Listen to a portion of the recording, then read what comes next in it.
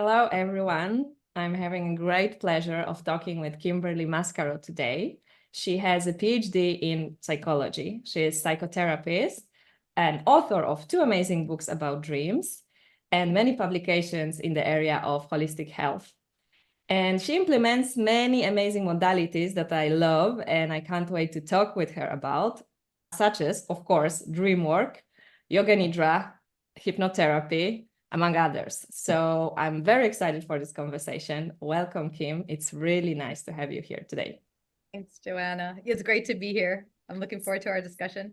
So would you mind starting by telling us a little bit your story? How did you end up becoming a therapist, working with dreams, yoga nidra, hypnotherapy, making this connection with the Western and Eastern approach to health? Yeah, that's a really long background there. And I think it would bring us back about 20 years ago getting into dream work, but getting into therapy is even further back. And it's interesting because I was an artist. My bachelor's degree is in painting, and I ended up getting jobs with children and then eventually teaching art to children. And therefore, I became exposed to therapy because I was working in institutions for kids, sometimes locked units, sometimes level 14 institutions. And one being in the Bay Area, that had a really deep impact on me. And of course, through that, I was exposed to therapists because it was a very holistic team. And I eventually just said, you know what, I think I want to do that. And by that, I meant therapy. And I met registered art therapists. I didn't really know there was such a thing at the time. This was from 99 to 2004. And so I was really young, much younger than I was just starting out. And then that's how I got into therapy. And I never really left the kind of the therapy world when it comes to inclusion of art and dreams and different things like that. I have practiced, with agencies that do behaviorism, cognitive behavioral therapy, but also I've been really blessed to work for agencies and organizations that allow us to bring in art and dreams and things like that. So that was kind of going on one layer. And then in another, it was around 2004, 2005 that I was looking for something. And I found a lot of offerings out there that were not resonating with me. And I won't go down that rabbit hole, but what I can tell you what did resonate is I ended up meeting a group that were identified as Gnostic mystics. Okay. And I had already had a martial arts background, so I was a little familiar with the different types of Eastern mysticism. And then I became more serious into Western mysticism. And through this group of Gnostic mystics, they were big on teaching us to change consciousness, our frequency, do lucid dreaming, do out-of-body experiences, which felt like maybe we could say Stephen LaBerge's wild technique. They had their own techniques, but it was something like that, where we would stay conscious as our body fell asleep. Yeah. And so this was going on, and all the other things I shared with you were all going on. And then finally, I found myself in a doc program. And I guess I shouldn't say found myself. I put myself Yes, in a that's usually requires some more putting active. yourself there. Yes. Right.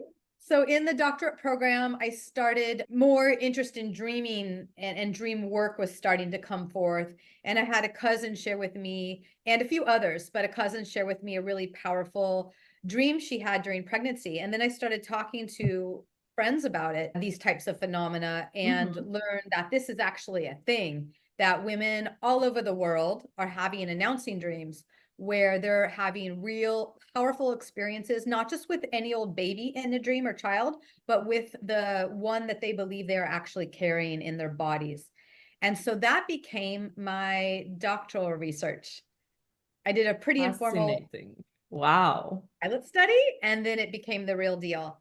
And then from that, I became friends with Stan Krippner, who was a reader on my dissertation committee.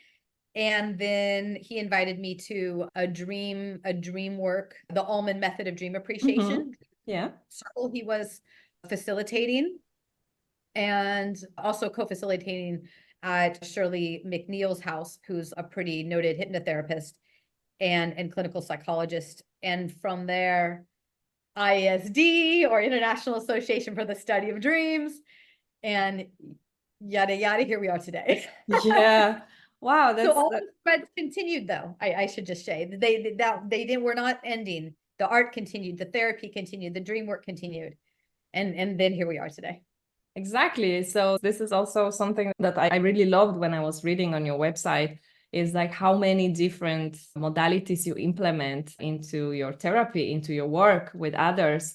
And I was wondering if you could share a little bit more about what you discovered. How did you find that those modalities, they fit in the world of therapy, of helping others go through their hardships?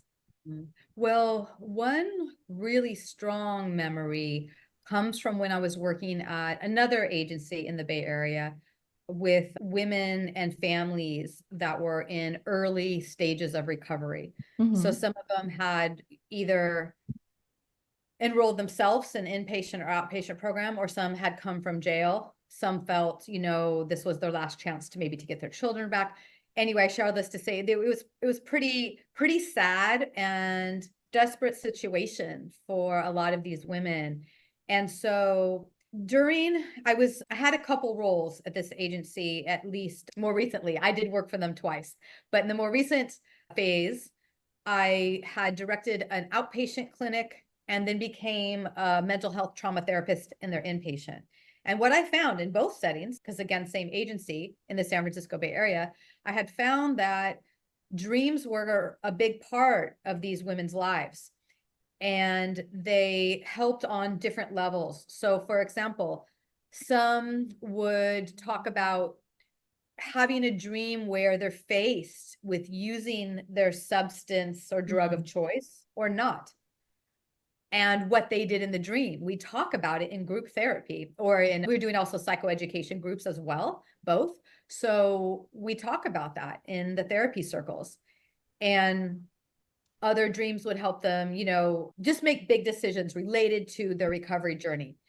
Other times too, they would say, I really want to be clean, for my sister who died because of this, overdose or what have you, and would sometimes have dreams too about that deceased loved one.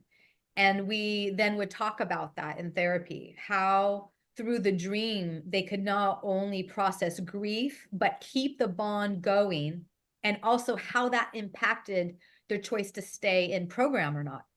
Because these people could just walk out, and then maybe go back to jail, never see the children again, all of that. It's pretty rough. So as that went on, I also realized that a lot of the women I was working with had Catholic background, some Christian, and other religions, native earth-based religions, but a sizable portion had a Catholic background, and several women from Latin American countries, and therefore were open and very interested in the idea of altars and shrines, which I had already been doing for myself with my own ancestral practice and visitation dream work, shrine and altar making for years and years. And fortunately, my boss and her boss, the couple people running this place were very open to me bringing that in. And that is one thing, that's honestly probably the thing I love so much, is that there was an awareness of the uniqueness of doing trauma work, psychotherapy with women from very rough, very difficult backgrounds. I mean, these women had suffered a lot. And so they were very open to do and incorporate all kinds of different therapeutic processes, not just, kind of the standard cognitive behavioral therapy, which of course we were doing too, but it was very, very open and affirming of a lot of different types of therapies. So then I started bringing in the altar and shrine making, and that seemed to go over well and help women in therapy set up a sacred space that they could use to just talk to, pray at, and also if they wanted, do ancestral work and work with the deceased loved ones. And these deceased loved ones would sometimes, again, come in the dream, and they would tell me their commitment to staying clean and sober for another day or another week or another year because of this relationship. And so I really, really love that process. And when I can, at IASD conferences and other places that will be open to it, I love bringing in the shrine making and deceased loved one workshops, where we use it as I like to call it a feedback loop portal, for lack of a better term. Okay, that's a really interesting name. Because, well, here's why. It feels very dual directional. You can, for example, one direction would be, okay, let's say you have a dream. Yeah. And you could take whatever you remember from that dream, whether it's words, prayer, a letter you want to write, an object. You can bring it to your shrine, altar, sacred space. Okay. Dialogue there. And that's one direction. Or you can go to your sacred space whenever you like and initiate there in the waking state through perhaps beginning your dream incubation practice at that space, asking, praying, leaving an object at that space. And it kind of can become like this dual directional feedback loop, because that can be a portal, if you will, or doorway. Am I explaining that? Yes, yes. In an understandable manner?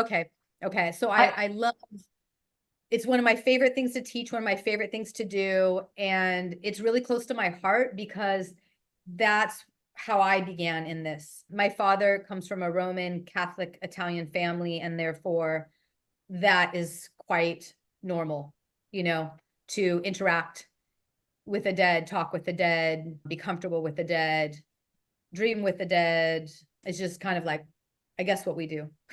I'm wondering if you could say, maybe for people that don't have any experience with having their altars or sacred space, why do you think it's so powerful? Like, what would you say is the difference between, I don't know, someone sitting on their sofa and doing their journaling or any kind of process versus, yes, sitting in their corner or in their sacred space? Like, why would you say the difference is? Why this is more impactful? I personally think it's more impactful because it's a dedicated space, and intention is everything. And right, intention for, everyone prays in a different way, I'll just say. Whether you're an earth-based religion from a theistic tradition, or what have you, polytheistic, everyone prays in their way. And for atheists, even if they're in nature, sometimes having that moment of connection to nature may be considered a prayer as well. So having an intentional space for that, where that is what happens there, that's the dedicated space, I think is really, really impactful and powerful, kind of in the way one may, as a dreamer, set up their bedroom as a sacred space for dreaming. Yes, of course. So now me, just with my own culture and my personal flavor, my altars have typically been in the kitchen or right next to it. But I've had other ones in the bedroom, so people could put them where it's most meaningful. And I would say, you mentioned, just sitting on the couch. Well, we do many things on the couch, right? But in an altar space, that's all you're doing, is putting your attention there. But you mentioned journaling, so I wanted to say that in a way can be very special as well, because you open the book, you close the book, you carry the book with you. That's the book. Kind of like how our dream journals are special. And I'm sure you and me have stacks of them. Definitely. Yeah, it really makes sense. Now it makes me think about my sacred space and how I use it. Do you have any more tips on if someone already has a space, but they're not really sure how to make it their sacred space? Maybe there's corner in the room, maybe there's even special room that they have. If someone would like to start, where do you start? What do you put there? I mean, I obviously understood that it's very individual, because as you say, everyone has different beliefs and maybe different objects. But like, if someone is clueless about, okay, I have this space, what do I do? Yes. So any dedicated space can work. I think a space that you're willing to hold just for that, consider what you want to do there. So is it, and I'll just use what I primarily do mine for, because that's an easy example. Is it a way to honor deceased loved ones, ask for dreams, or at least give a gift, an offering, if you get them, when you get them? And then from there, I like to think about, okay, so I want to make it look like a place that I want to honor, a place I want to be. So that means you're going to choose colors, objects, symbols that you like and are not just random, something that connects you to the person. So my primary altar to my ancestors, which I do also some other things with, but it is a wooden box. Mm-hmm. And I painted it red and decorated it in the color and design of these particular Italian cookies. Because the reason I did that is because that's that brand and box that I remember the name. It starts with an L. I'm forgetting it now, but it's a red tin container that has those little tiny cookies in it. And so that memory is very strong for me in a particular household with a particular ancestor, but because it was a place where people came together, it served as a place for everyone. So that is how I painted and decorated my box. I really wanted to share that because some people go, am I doing it right? Is this how you do Exactly. it? That's why I asked this question. Yeah. There's no right or wrong way. And who would have known that someone who loves to lead these types of workshops has hers decorated like a cookie box, you know? Yes. And so from there, I have all kinds of other objects that either belong to them. I even have some roses that I took from the coffin that I sprayed in like lacquer. And of course, they're decaying because some are over 20 years old. The veils, a veil they used to wear in church back when, the Catholic Church was very traditional and you had to veil. So I have their veil for one person, roses from another person's coffin. Again, this is all my dad's side, particularly some of their objects, things I got when I go back to Italy from the area they were from. Photos. I like to also have a place where I can leave water. Yeah. And sometimes if I want to have food, I can take it away. Really, I mean, anything you want. I think it's important though to do it in a way that feels like you're taking your time, not rushed, thoughtful, intentional. Keep it clean, really put out what you're doing there. Why are you there? Some people like candles, incense, all kinds of things, because it doesn't have to be from one tradition. Of course. Right. We see altars and sacred spaces from all traditions, and then it can be a place that again you engage with your loved ones, ask them to come in dreams if you want, if they're safe, or honor them when they do come in dreams. It's so beautiful. I really love it. And you gave me some inspiration for maybe doing some cleanup and upgrades in my own sacred space. And what you said really resonated with me, that it's actually the biggest difference is that you use it for just one particular thing, that it's your space for something very particular. Yeah. So thank you for that. And I hope whoever's listening to this and never made an altar or a sacred space, maybe would like to give it a try, maybe for their dream work, maybe for their prayer or communication with their ancestor, wherever it would be. And would you like to share a little bit, because what we said before, your experiences with women going through hardship and the dreams coming to maybe present some ideas or choices or show the ancestors to encourage a change or keeping on track and so on and so on. Would you mind sharing your story or maybe experience from your life, how dreams came to the rescue to help you in the process of healing, whether physical or psychological or in any kind of crisis? Because this is something that I love to speak with everyone about, is like how dreams can really help us in the times of crisis. Yeah, sure. I'd love to. And one thing I was thinking of a couple examples from a while ago before I talk about health are maybe not necessarily related to crisis so much, but I was thinking about relationship with different people, relationship with intimate partners or jobs, things like that, and how I've had some interesting dreams that have showed me the trajectory or the outcome if I stayed with a particular job or if I remained in a relationship with a particular person. And so we can incubate dreams too on that, of course, on anything, and just simply asking, show me what's going on here. And so maybe not necessarily a crisis per se, but dreams can really tell us what we might know but don't want to see, or Yeah. know but not know, or yeah, you know what I'm talking about. Yeah, it's like when our best friends can see things about us or our choices that we can't really see or we don't want to see. And that's why I very often compare dreams to our best friends, because it's exactly this thing, right? Like they can show us things that we feel we're not ready or we don't want to Right. see. Yeah. Exactly. And I like how you say dreams as best friends. Sometimes I think dreams are our mirror, dreams are show our shadows and all this, but yeah, just like a really good friend would, that is not afraid to be open and honest and kind of call us on our stuff, you know?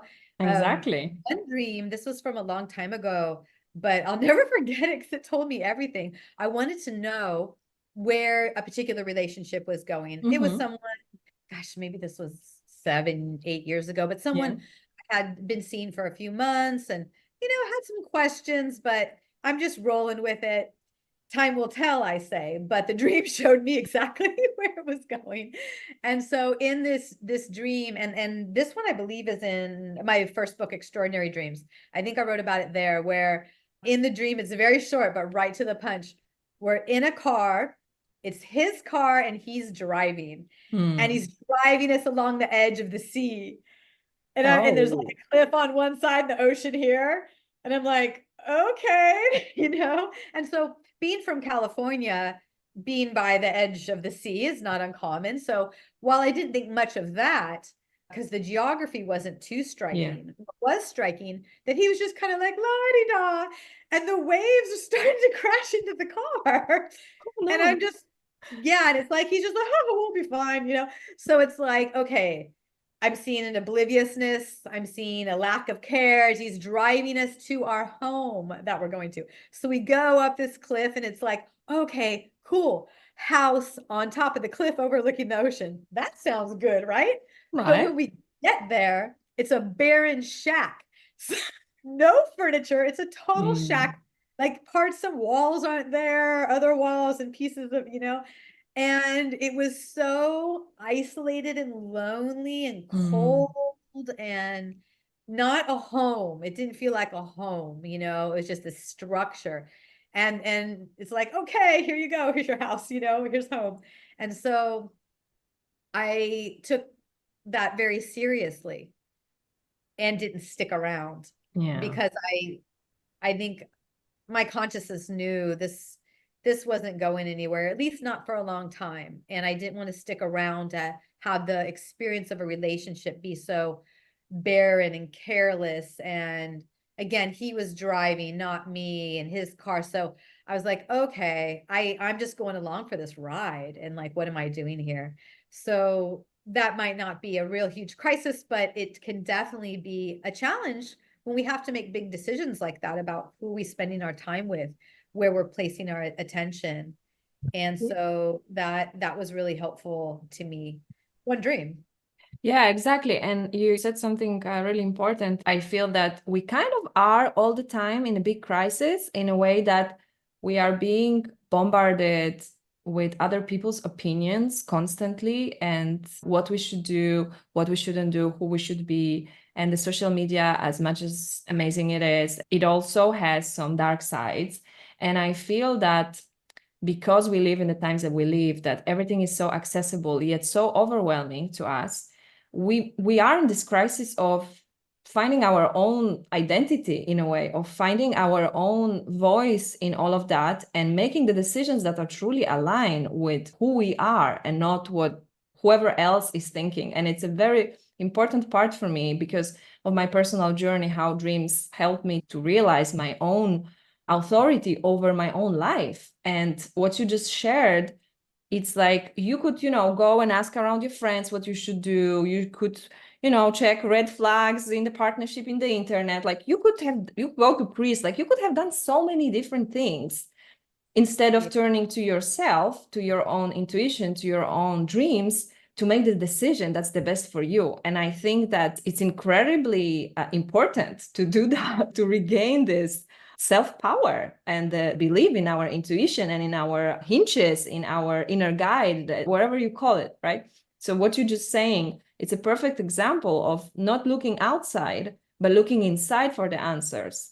And I feel that we've been a little bit lost with that because we are just marinating in the soup of voices from all over the world constantly.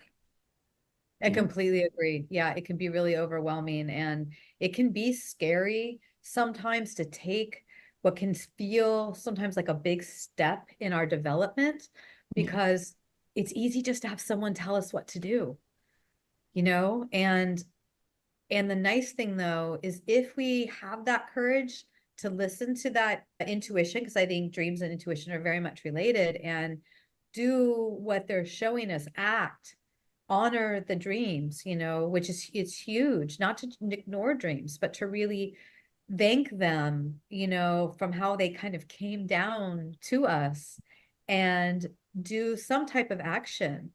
And if we act against the dream's advice, just being aware of that because it's true. It's hard. We're in these skin suits in these human bodies and we have desires and ego and we're here to, learn these lessons. And sometimes it can really be a big challenge to go, okay, all I'm going on are my dreams. It can feel really scary, but it sounds like we both very much have the experience to know they are our truest guides. And I had, a big health crisis in 2019. And so, and then the book Dream Medicine talks about that. And that was where it was like, okay, Kim, now the gauntlet has been thrown. Now we're going to see if you're going to really listen to us. If I'm talking from my dreaming mind, are you going to really listen to us this time? And so while I had some, I guess, dreams warning me and giving me some pretty big hints as to something was wrong in my body or body, mind, spirit, because I think it all really has to do with all of it. They were still a bit puzzling because they weren't as direct as what some other people had. But then in 2019, when I had that diagnosis with a chronic illness, dreams, and I committed to using Dreamwork to help me, boy, did they just flood in. They really flooded in. And some were very much directed at what I should eat and not eat. So really practical stuff like that. Like here's some cauliflower, here's some collard greens, or I'd be drooling in a dream. I know I'd have the condition, but I'd be drooling over cookies in a bakery in the dream. And then all of a sudden they become skulls, Wow. So just like that, I'm like, okay, I think that's telling me that's going to kill me. I would say that really, really straightforward sign. I know, but we don't want to believe it if we like cookies. Don't, that's true. Or baked goods. So that can be a thing in itself. And other times there were like processes that I was shown. So I'd be dancing. I really like timba, sometimes Cuban salsa, they'll call it, but I love dancing Casino Rueda and Cuban salsa music, timba. And so I'd be dancing in a dream and like showing everybody how to use a cold pressed juicer, and I'd be juicing greens. And so it was like, oh, okay, keep dancing, literally and figuratively. And then to honor that dream, I went in and started researching cold pressed juicers and bought one and started doing that. Also eating things. You and me share a love for yoga nidra. We're both certified in that. And one time my teacher's voice, Kamini Desai, came in and said, your body knows how to heal itself. And it was like just the voice, the body heals itself, something like that, very direct. And so it was like, okay, that gave me the courage to just keep going, keep going. Other things were symbolic, Yeah. but not. So what I mean by that is when I would ask the dream, show me, or just, I didn't even have to incubate or cultivate a dream. They would just come. But sometimes Yeah. I would ask, dream, show me, what I need to know about what's going on in my body right now, or this condition, or, how to heal this or that. So many questions for dream incubation there. And a long series that went on for a long, long time, over a year, dreams showing me clogged pipes. So, toilets that didn't flush were a big one. Clogged pipes, clogged kitchen sink, dirty lakes, pools, things like that. And I did some tests like a GI map and all kinds of different tests, because I used a lot of integrative and naturopathic care, and learned that I had some pretty significant gut dysbiosis. And I Wow. really was way more sensitive to foods than I thought I was.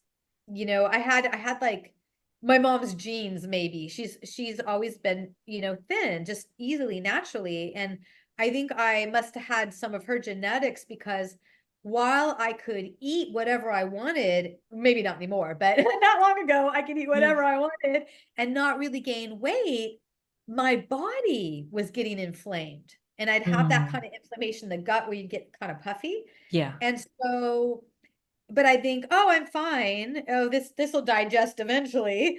But I'm not, gaining weight, so I must be fine. So because I was, active, I thought I was fine, but really I was pretty wrong. I was dead wrong, and tests showed all kinds of things. Chronic, I'm surprised I didn't really have the symptoms, but something that maybe they thought I had chronic fatigue, have flat cortisol line. So I needed to do way more resting because I was too much of a busy bee. And then just eating on the go. And so my gut, GI maps and Geneva tests and all that were showing that you can get these from a naturopath. We're showing the gut and dysbiosis. And then if, you read Dream Medicine, then about in 2019, the breast cancer. Yeah. And so it was just like, I was just in such shock. Like, what is going on? Everyone was like, you're always so healthy. And, I realized it wasn't just physical as well, but there was a whole mental, emotional, spiritual component going on. And dreams showed me that too. So we can, I think, use dreams to help us navigate healthcare. That's what I believe personally. Again, I'm not making any medical claims here. Everyone should consult with their physician. And I think we can use dreams to guide us, because we do have choices in healthcare, right? We have integrative care, we have conventional, we have naturopathic, we have traditional Chinese, we have Ayurveda. There's so much healthcare options out there. But the one we typically know in the United States, I don't know what it is. Maybe it's the same for you where in the country you're in Israel, but here everything is so conventional and pharmaceutical. So when my dreams are showing me to do something different, it was scaring people pretty badly. Yeah. And that was another way I learned, oh, this is all to teach me boundaries. And so I could, play around with that in the dream too. Many people, I feel, see dreams are something really non-practical, right? It's like, oh, I had a dream, I dreamt something, maybe I remember, maybe I don't. And many times, well, most of the times dreams speak in metaphors and symbols, right? So it can be a bit challenging sometimes if we don't know our own dream language to understand what those dreams really are asking from us or showing us. But actually dreams, and what you say, it just confirms what I also truly believe, that dreams can be incredibly practical. They can actually show us the exact things that we need, or that we should or shouldn't do. What you just said about the food that you were shown in the dreams, or even which part of your body is being affected by something. And of course, again, we can always look at things metaphorically. So maybe it's not always about the cauliflower, but maybe the vitamins that are in the cauliflower, right? But so it's very individual. And sometimes it can be like, okay, so what do I do with all of that? But I feel that it's like if we spend some time and we put this intention, as you said, you mentioned putting an intention so many times. And I think this is the key also for our dreams really communicating with us. And even believe in ourselves that we can understand our dreams because they're like our best friends. So maybe sometimes it can be a bit rocky, but it's like we can take so much from it. And making choices regarding our health because of something that we've seen in our dream can be so scary, but also so empowering. And again, I'm not advising anyone, to jump in any huge life or health decisions based on one dream and so on, because we do need to understand that sometimes it's symbols and sometimes it's metaphors and so on. But like, if we work with our dreams like you did for all these years, you could clearly see and sense what was the actual thing that you need to do or think you need to eat or practice you need to implement or medical procedures that you should undergo. And then, as you said, it comes from you and it's so empowering. Right. I think really being serious about a dream practice, as you know, too, it'll give us goodies as we go along. Yes, I And love that. so what I mean by that is we might say, oh, all these dreams are wild and crazy. I don't understand them. But then through tracking them, logging them, keeping a record of them, we can then, just that alone tells our consciousness that we're going to pay attention, that we're paying attention to all of who we are, not just our waking selves, but all of who we are. Our spirit, our soul, our dreaming mind, whatever you want to call it, consciousness. And therefore, I believe through practice, through building that relationship, just like you would with a best friend, as you said, continues to grow the practice and therefore the dreams. And if they're not, still it's okay, because we'll then start to see our own dream language, like you said. And that's important to build our own dream language, not use a dream dictionary, because, a serpent for me, I've learned, is very different than a snake or serpent for someone else. Or a dog for me is different than maybe a dog for you, or, what have you. And anything. Of course, there's a few that we could all probably agree on, like maybe a house is ourself, a car is how we travel through the world, a woman's purse, or maybe even a men's wallet, something like that. That's our identity in a way. There's a few things we could probably all agree on that the collective unconsciousness seem to agree on. Yes. Among many people of the world, but still we build our own dream dictionary, and we do that by tracking them. And then we start to see, we start to have that relationship, the relationship between becoming friends, best friends with ourselves, with our own consciousness, grows this. And then we could start to trust it more. And then maybe that's as far as someone wants to take it. But then maybe somebody else wants to play around with dream incubation. I love teaching that in workshops and retreats too, saying, okay, like, let's see what comes if we ask for something, particular, to be shown something, ask for guidance, for help, what shows up then. And what you said about just building our own self-confidence in ourselves, it's one of the reasons why I love Dreamwork so much, because it's like this amazing gate to really learning how to trust ourselves. Because I always say, maybe you don't trust yourself. Maybe that you feel like you're making wrong choices, or that you don't really make choices that you feel you should because of, as you said, social pressure, or you feel you have no boundaries, and so on and so on. So I always say, let's take a dream and see what is maybe asking from you, what's showing you. It can be something really small. Do that.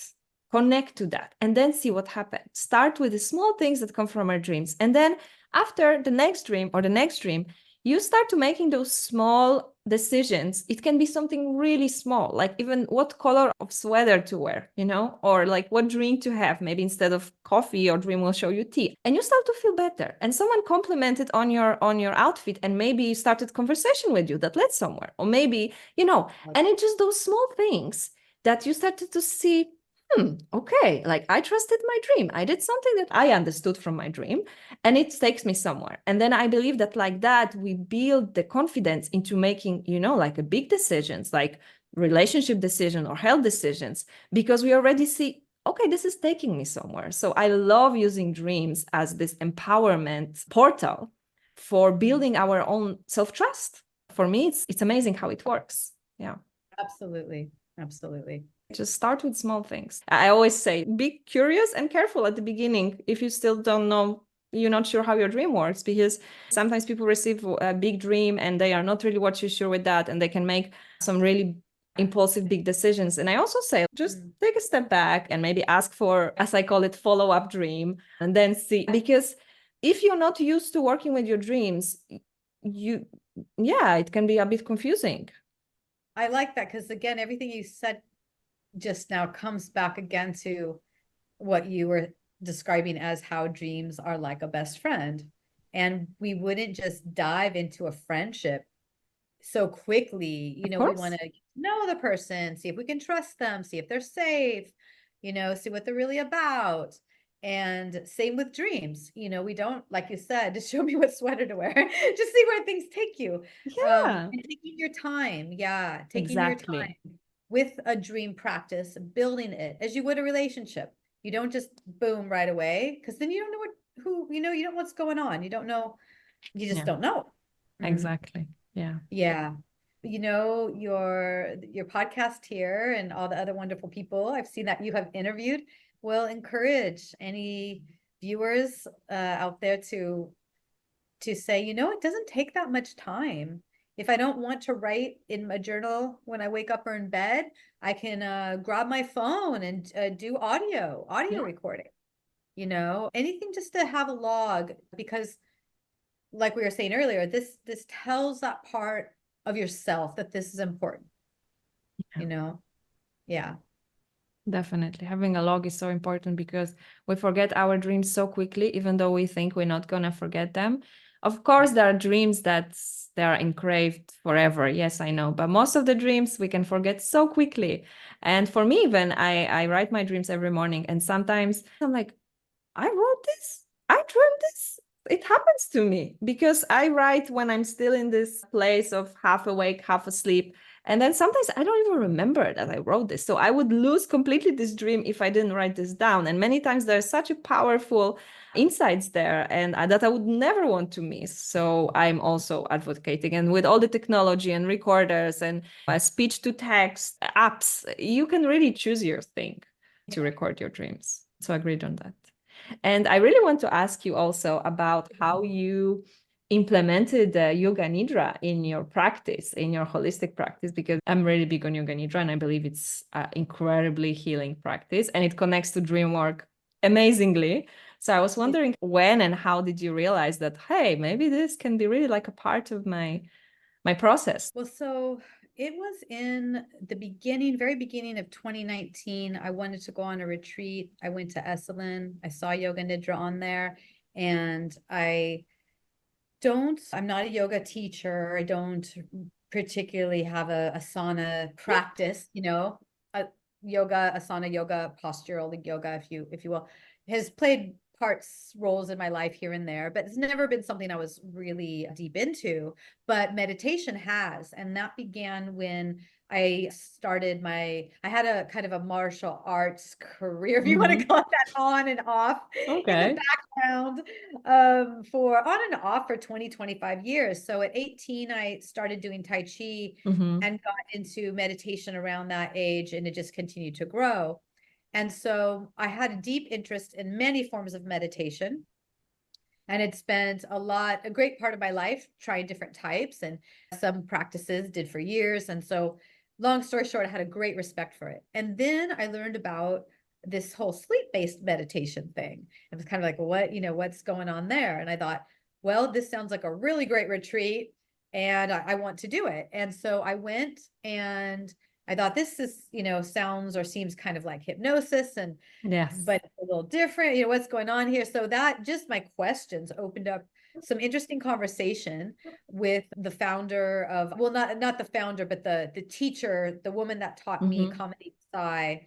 She did her PhD in Yoga Nidra, and she's the daughter of Amrit, and they have the integrative Amrit method. So having had this first part of the retreat, thinking I'm just going to do just this week-long retreat, that's it, I came to learn much more about it through discussion and through the whole experience. And then through, you know, my experiences with it in the retreat center, in the classroom, I was like, oh wow, okay, this seems like hypnosis, but I'm realizing it's different, you know. And then I had one yoga nidra, that because they had a couple teachers there leading them, where I felt my hands and feet kind of float.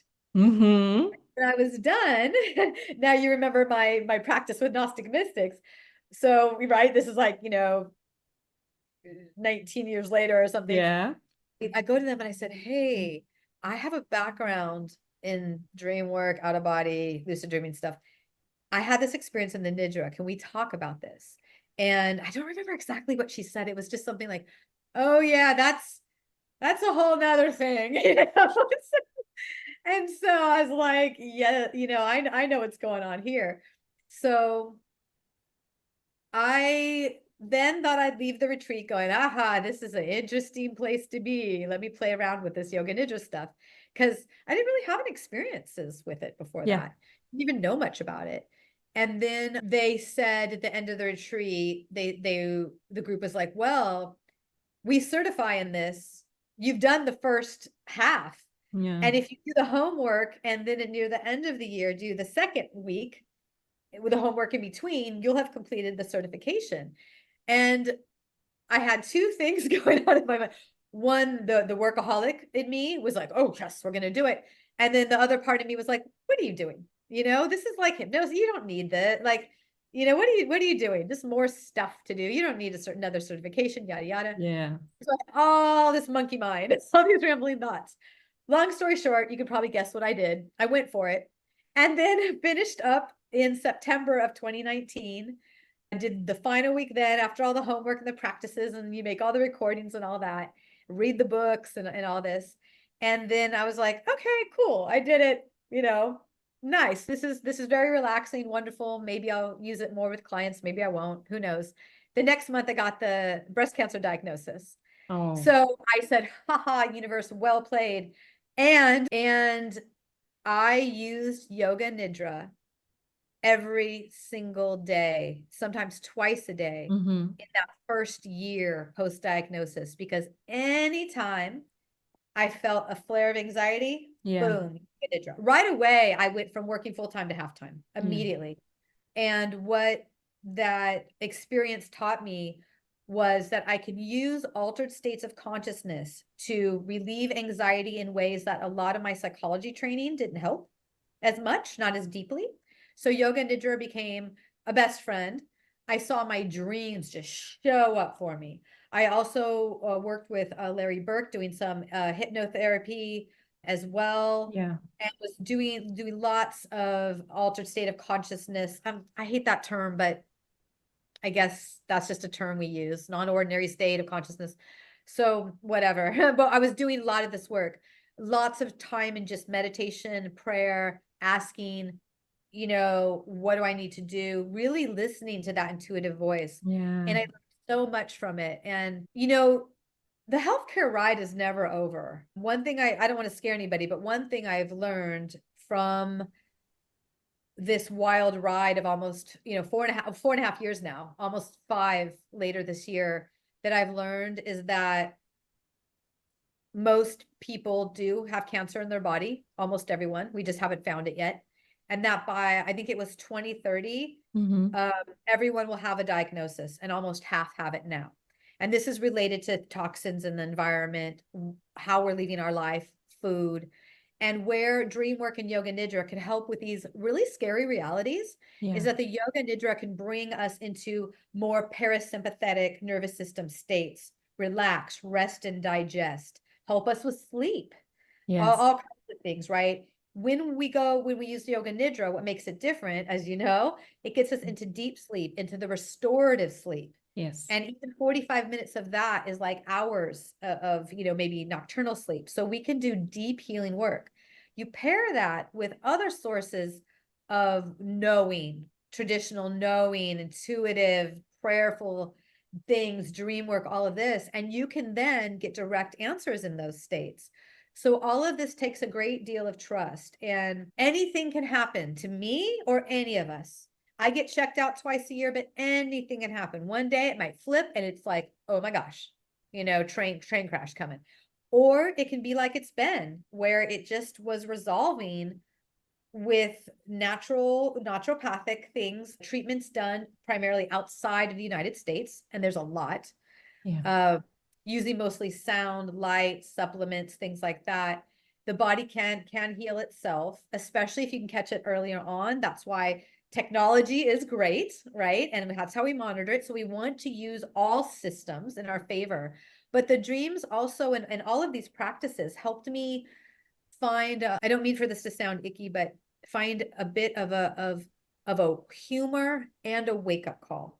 And I hesitate to say that. I want to be authentic, but some people would hate to hear anyone say that, because this is a scary, wild ride. But you're asking me about my personal experience, so I'm giving you my one story, and I don't mean to imply that's how it should be for anybody. I just got lucky in certain cards I was dealt to be okay today. But again, that can change at the drop of a hat anytime. And so I continue to use yoga nidra to keep my nervous system in the healthiest state possible, to allow, because you asked about the connection with that and dreaming, to allow my body to be conscious in that deeply relaxing state, and just see if I can have an experience of something bigger, see what messages or downloads or transmissions might come to me. And I've seen yoga nidra and dreaming merge, in that the more yoga nidra I do, it seems like, and this was true when I used to meditate in other forms back in the day, they bring on higher degrees of lucidity for me in dreaming. Same for me.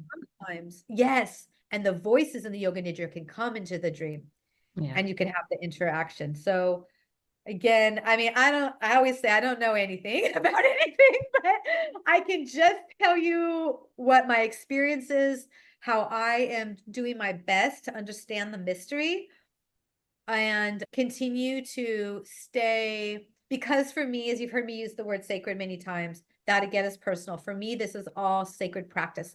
And for me to stay humble and in service of something greater in the sacred, toward earth, toward all beings, toward each other, community, then I'm going to trust that whatever happens to me in the physical, in my physical body, it's meant to be. Also, as you know, yoga nidra, dream yoga, dream work, lucid dreaming can help us also see that death is a bit of an illusion as well.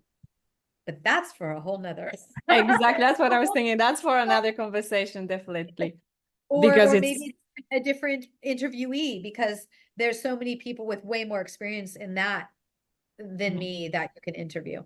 But I always love gather perspectives and hear stories, because yes, as you said, we may have expertise in something, but eventually I feel that the more point of views or the more stories we hear, the more we can connect to something, because one person say it in this way and the other person will say it or explain it in a different way, and suddenly something clicks, right? Because how many times you maybe heard about something or read something and it never clicked until it was said or done in a very specific way, and then only it clicked, but it was all along the same thing. Because eventually, and this is also what I feel about all the practices, is that eventually they all take us to the same place. So it's like we're just choosing different paths. Some people do it through other ways of meditation. I do it through yoga nidra, through Dreamwork. Other people do it through lucid dreaming. Other people do it through, I don't know, other practices. There are so many, shamanic and so on and so on.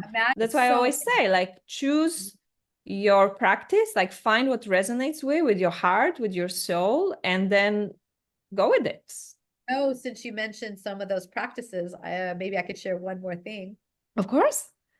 Which one of the dreams so one of the dreams along my healing journey earlier on is I kept doing lots of dream incubation. So I'd go to bed, meditate on the dream, show me what I need to heal.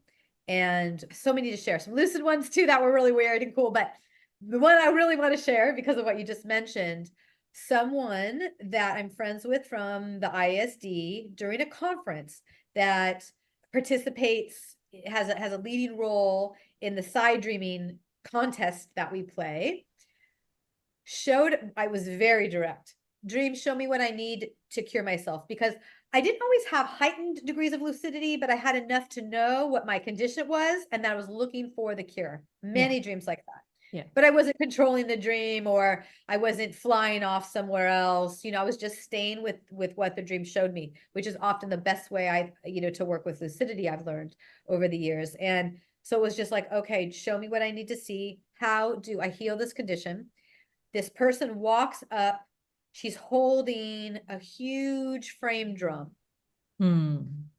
And I wake up and I cried. I was so upset because I had the same attitude that I did a couple years before in Yoga Nidra. Was like, you don't need another certification. You're done. You've learned all you need to learn. You're done with school. Knock it off. Chill out. And that dream told me, you're going to walk this path. And so then I already knew some things about shamanic practice in traditional indigenous cultures, and then started to go down the rabbit hole of looking how were frame drums used in my own culture, in ancient times in Europe, in Ireland, even in Italy, things like that, ancient Greece, because you can see them if you look at the art way back they're there. And so, sometimes even a few thousand years ago. So at the time I was dabbling in active dreaming by Robert Moss, which blends dreamwork and shamanic journeying. I was in a very brief ISD workshop where Fariba Bogzaran was drumming. And I also knew a woman named Susan where I lived in Nevada County that was doing drumming for people. And so I walked in her house. We became friends through Robert Moss and others. Other dream workers connected us. And I walked in her house one day and I said, that drum is oversized. Why is that frame drum so big? I said, it's like the one I saw in the dream. Yeah. And she said, oh, this is more used with community, because it wasn't a smaller frame drum, it was a larger one that was a little different for me. And so that started putting me on the path of like, okay, I need to heal through these altered states, learn this way, use this way to heal myself, and then know that the more isolated solo practices I had been doing, being raised old school Roman Catholic, which are very quiet and solo, alone often, had to be flipped. It was like, no, you're going to tell people about what's going on. So I became even more, I was already a bit open, but became even more open about sharing my healing journey and what had gone on with me through that community. I mean, we'd be here another half hour if I talked about it. So I'll stop here, because that was like this explosion of me learning who were my people. Yeah. And who weren't. Boundaries setting, jumping into communities and surrendering into that kind of healing. No more doing practices in isolation all the time. I still do. I have my own solo practices, but now being more open to being with others in them, which was a little new for me. So, I mean, maybe I'll leave it there, because again, we could go on and on, but I know we've talked quite a bit, and that I think is the last maybe powerful dream to share, is that when you're on a healing journey, trust that dreams can show you the next level of your development and growth. And so since then, I've been studying over 3 years now with a practitioner in California that has guided me even deeper, taking me beyond what I learned from Robert Moss and others, and taking me deeper into those practices for self-healing, where I can go in and ask my helpers, my guides, to do a healing on me right then and there, to dismember me right then and there, to bring me down to my divine light right then and there. And so it's more directive than maybe a passive dream, but you don't have to give up one. You can do all of it. You can do all of it.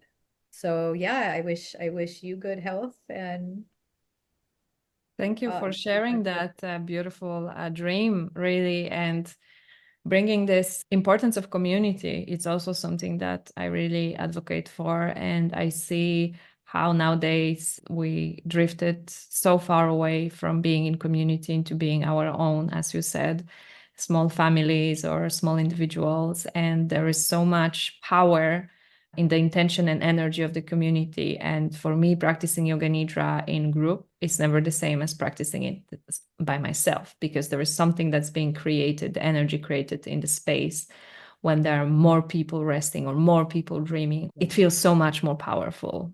And of course, not to disregard individual practice, as you said, but yes, something about the community and our connection with one another. It's just so powerful. And I'm also wishing for everyone to find their communities, to go back to their communities, to check out the International Association for the Study of Dreams, to check out the conference that is coming this June in Netherlands.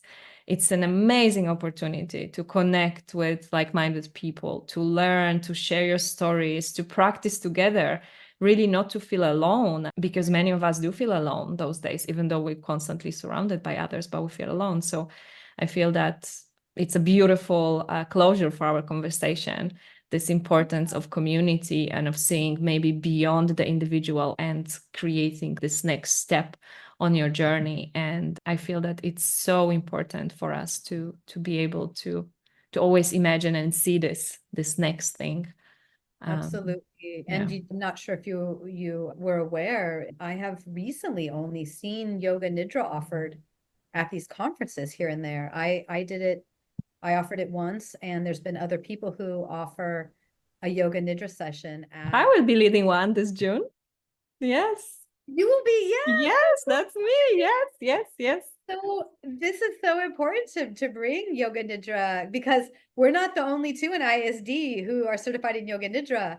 And, I mean, the community aspect is so important. I've been leading Yoga Nidra for free for the last 4.5 years. Wow. Once a week, I do it online now, and sometimes in person when I can get the spaces. But it's a way to build community with people internationally, just like the conference all over the world, to be able to talk about these phenomena that we're experiencing. Because sometimes we go to work and the last conversation at the water cooler is going to be about dreams. Exactly. That's why it's so important. Find your people, learn, join us in the conference, experience it yourself. Come and experience it with us and really see for yourself like what a big change it can make in your life. You're not gonna regret it. So. Well, we can say, find us at the conference this June. Exactly. So you can find me and Kim at the conference. So Kim, you want to maybe say before we wrap up, are you going to lead a workshop? Are you going to present at the conference? Claire Johnson and I will be doing a panel together on initiation dreams. Oh, that's so exciting. I will be there for sure. Because sometimes dreams really open up a new door that you didn't think you'd find yourself walking through, and initiate you into a new aspect of yourself, or a new practice, or just a whole new life, a whole new way of existing in the world. So we'll talk about different types, categories that we've experienced in our own dream lives of what we're calling initiation dreams, and we're going to invite the audience to share theirs. So it will be a panel, but very interactive. Oh, I so can't wait. I'm counting the days to June, actually. Really can't wait for this conference. Good time. Yeah, and you're going to be offering some deep relaxation there. So that is wonderful. That's lovely. Amazing. I'm going to add all the links to the conference and also to Kim's website. So if anyone would like to contact you, talk to you, go to your retreat that you organize, we haven't had a chance to talk about it, but Kim is also organizing retreats and have one upcoming May in Canada. Am I right? Yeah, on Cortes Island in British Columbia, Canada, this May at Hollyhock, which is an amazing place. I love being there. I love being there. The islands, the whole island and the whole area is absolutely breathtaking and incredible, and has such a real sense of just grounding there. It's got to be the nature. I mean, you're in no, nature. It must be in nature. That's non-negotiable. Amazing. And yeah, consciouschimera.com has a tab that says, the May 2024 retreat. Amazing. I'm going to add all those links so you can contact Kim and ask her any questions you might have about the retreat, about dreams, about Yoga Nidra, therapy, anything you like. And thank you so much for being here today with me for this conversation, for your personal shares. I think they're so important for others to hear also our own authentic stories so they can relate and feel empowered by them. Because I believe research is amazing and numbers are great, but I feel that when we really share from the heart what we went through personally and how it changed us, it has the biggest impact on other people. So thank you so much for opening and sharing those beautiful dreams you had and your own journey. Yeah, 100%. And it does feel risky, right? To kind of step into that vulnerable space and share something that for some people is so personal, but that's how we get support. That's how we get care, love, support, and guidance to live and exist in a new way with each other. So thank you. Thank you, Kim. It was lovely to have you here, and I'm so looking forward to seeing you in person in Netherlands. Same. Be well.